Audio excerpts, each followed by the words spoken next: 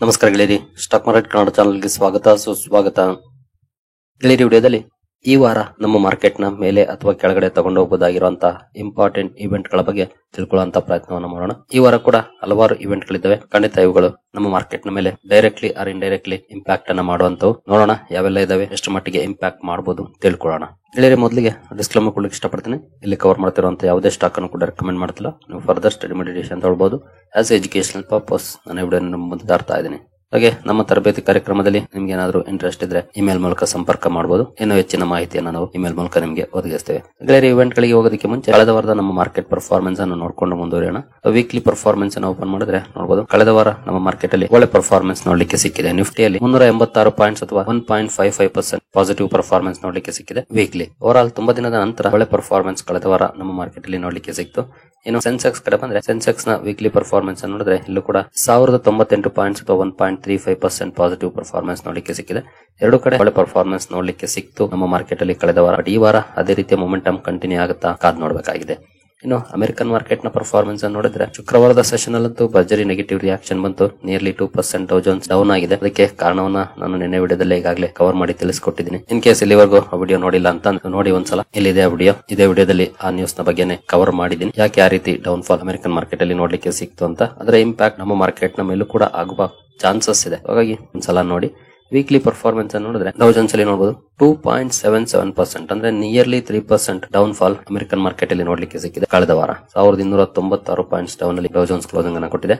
ಇನ್ನು ನಾಸ್ಟಾಕ್ ಕಡೆ ಬಂದ್ರೆ, ನಾಸ್ಟಾಕ್ ಅಂತೂ ಶುಕ್ರವಾರ 3.5% ಡೌನ್ ಫಾಲ್ ಬಂತು. ವೀಕ್ಲಿ ಪರ್ಫಾರ್ಮೆನ್ಸ್ ಅನ್ನು ಓಪನ್ ಮಾಡಿದ್ರೆ 3% ಡೌನ್ ಇದೆ ಓವರ್ ಆಲ್. ಎಸ್ಪೆಷಲಿ ಶುಕ್ರವಾರದ ಡೌನ್ ಫಾಲ್ ಏನಿತ್ತು ಅದು ನೆಗೆಟಿವ್ ಮಾಡ್ತು ಅಂತ ಹೇಳ್ಬೋದು. ಇನ್ ಕೇಸ್ ಶುಕ್ರವಾರ ಡೌನ್ ಆಗಿಲ್ಲ ಅಂದ್ರೆ ಬಹುಶಃ ಸ್ವಲ್ಪ ಪಾಸಿಟಿವ್ ಅಲ್ಲಿ ಅಥವಾ ಫ್ಲಾಟಿಶ್ ಆಗಿ ಇರ್ತಿತ್ತೇನೋ. ಬಟ್ ಶುಕ್ರವಾರದ 3.5% down fall over all 3% down ಗೆ ನಿಲ್ಲಿಸಿದೆ ನಾಸ್ಟಾಕ್ ಪರ್ಫಾರ್ಮೆನ್ಸ್ ಅನ್ನ ಕಳೆದ ವಾರ. ಇನ್ನು ಇವೆಂಟ್ ಗಳ ಕಡೆ ನಾವು ಬರೋದ್ರೆ, ಮೊಟ್ಟ ಮೊದಲಿಗೆ ಫೋಕಸ್ ಇರುವಂತದ್ದು ಅಮೆರಿಕ ಚೈನಾದ ಮೇಲೆ ಹಾಕಿರುವಂತ 100% ಟ್ಯಾರಿಫ್. ಈ 100% ಟ್ಯಾರಿಫ್ ನ ಮೂಲಕ ಚೈನಾದ ಮೇಲೆ ಓವರ್ ಆಲ್ 130% ಟ್ಯಾರಿಫ್ ಆಗೋಯ್ತು. ರೆಸಿಪ್ರೋಕಲ್ ಟ್ಯಾರಿಫ್ 30% ಈಗಾಗಲೇ ಇತ್ತು. ಈಗ ಅಡಿಷನಲ್ 100% ಟ್ಯಾರಿಫ್ ಅನ್ನ ಟ್ರಂಪ್ ಅವರು ಘೋಷಣೆ ಮಾಡಿದ್ದಾರೆ.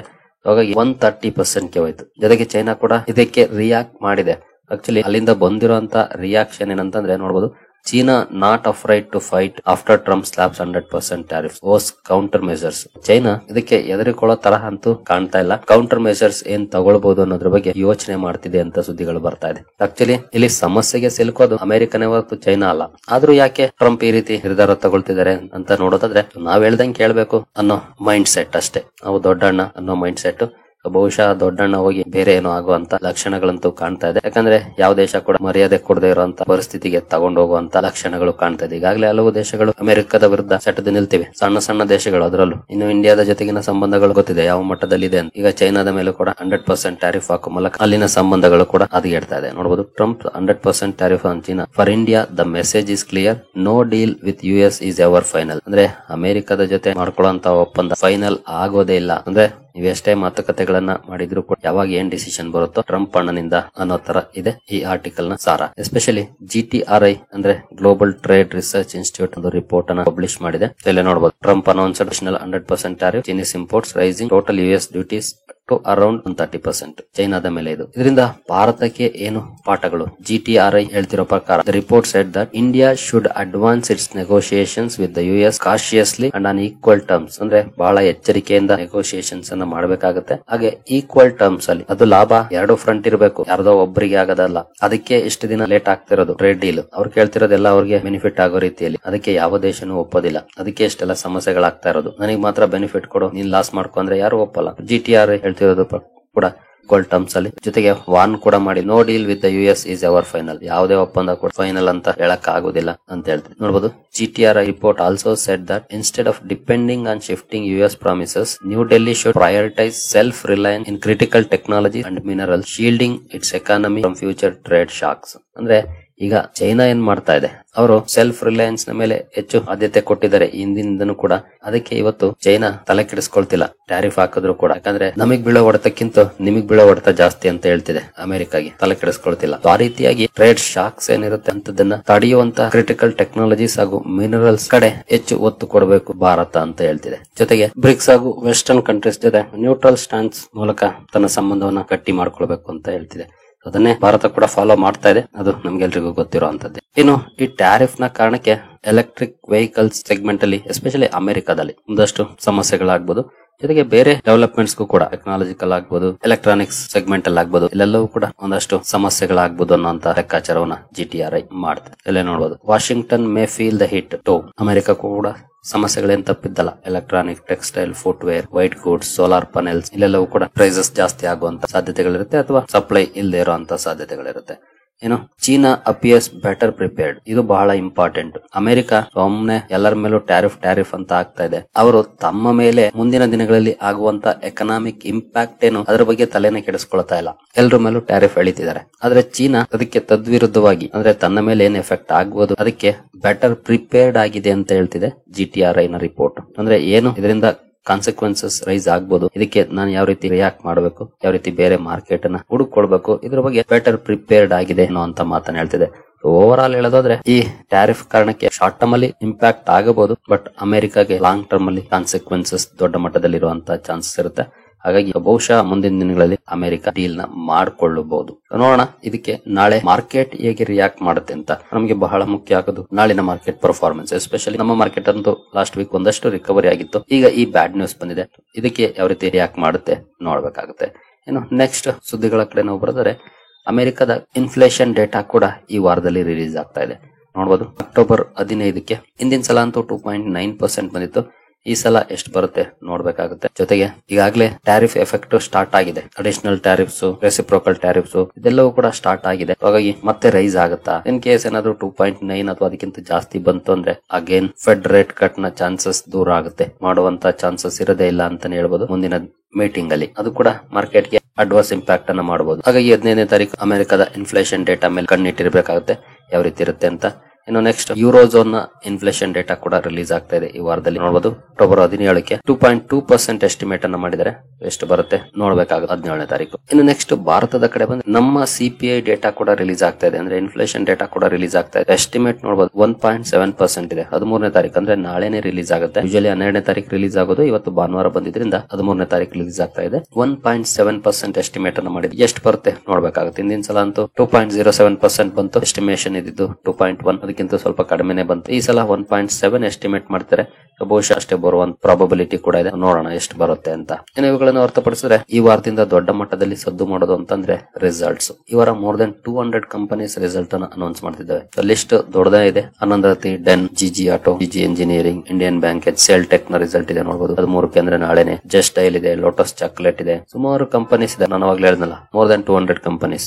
IREDA ರಿಸಲ್ಟ್ ಇದೆ 14ಕ್ಕೆ. ರಿಸಲ್ಟ್ಸ್ ದೊಡ್ಡ ಮಟ್ಟದಲ್ಲಿ ಸದ್ದು ಮಾಡ್ತವೆ ಈ ವಾರ. ಏಂಜಲ್ 1 ಇದೆ 15ಕ್ಕೆ, ಆಕ್ಸಿಸ್ ಬ್ಯಾಂಕ್ ಇದೆ, KEI ಇಂಡಸ್ಟ್ರೀಸ್, IRFC ಇದೆ 15ಕ್ಕೆ. ಮೇಜರ್ ಕಂಪನೀಸ್ ರಿಸಲ್ಟ್ಸ್ ಅನ್ನು ಅನೌನ್ಸ್ ಮಾಡ್ತೇವೆ ಈ ವಾರ. ಇವುಗಳ ಮೇಲೆ ನಾವು ಕಣ್ಣಿಟ್ಟಿರ್ಬೇಕಾಗುತ್ತೆ. ಇನ್ಫೋಸಿಸ್ 16ಕ್ಕೆ, ಜಿಯೋ ಫೈನಾನ್ಸ್ 16ಕ್ಕೆ ಇದೆ, JSW ಇನ್ಫ್ರಾ ಇದೆ, LTIM ಈ ಎಲ್ಲವನ್ನು ಕೂಡ ಅಬ್ಸರ್ವ್ ಮಾಡಬಹುದು. ಯಾವ ರೀತಿ ಇರುತ್ತೆ ರಿಸಲ್ಟ್ಸ್, ಹಾಗೆ ಯಾವ ರೀತಿ ರಿಯಾಕ್ಷನ್ ಬರುತ್ತೆ ಅಂತ.